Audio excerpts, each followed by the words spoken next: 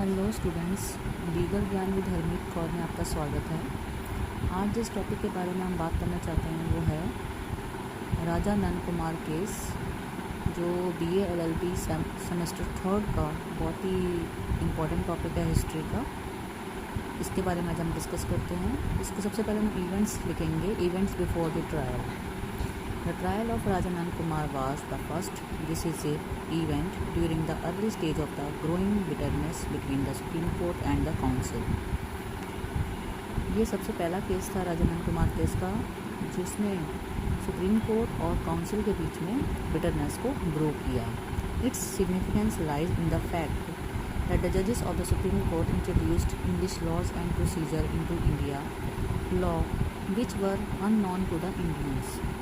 British जो थे वो इंडिया में इंग्लिश लॉस और प्रोसीजर को ला रहे थे, जो कि इंडियंस की नॉलेज में बिल्कुल भी अननोन था।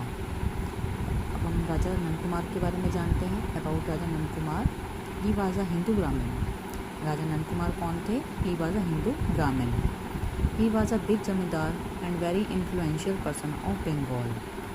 राजा Nand Kumar was once a governor of Hooghly under the Siraj-ud-Dowla in 1756, nicknamed Black Colonel because he was very loyal to the English company.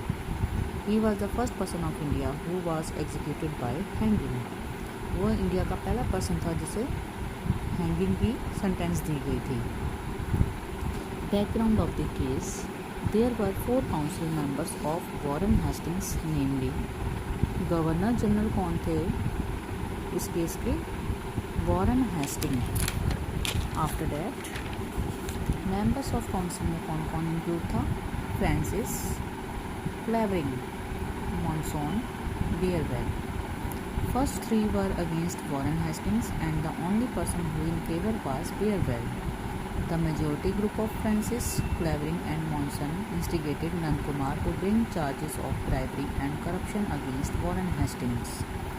After that आप लिखेंगे bribery and corruption. Nand Kumar gave a letter to Francis mentioning the complaints against Hastings of bribery and corruption. Francis placed the letter before the council in its meeting.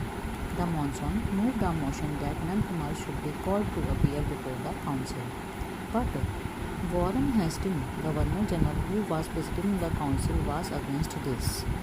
The Beerwell was supporter of Warren Hastings, but Warren Hastings put forth the suggestion that Nand Kumar should file his complaint before Supreme Court, not here in the council.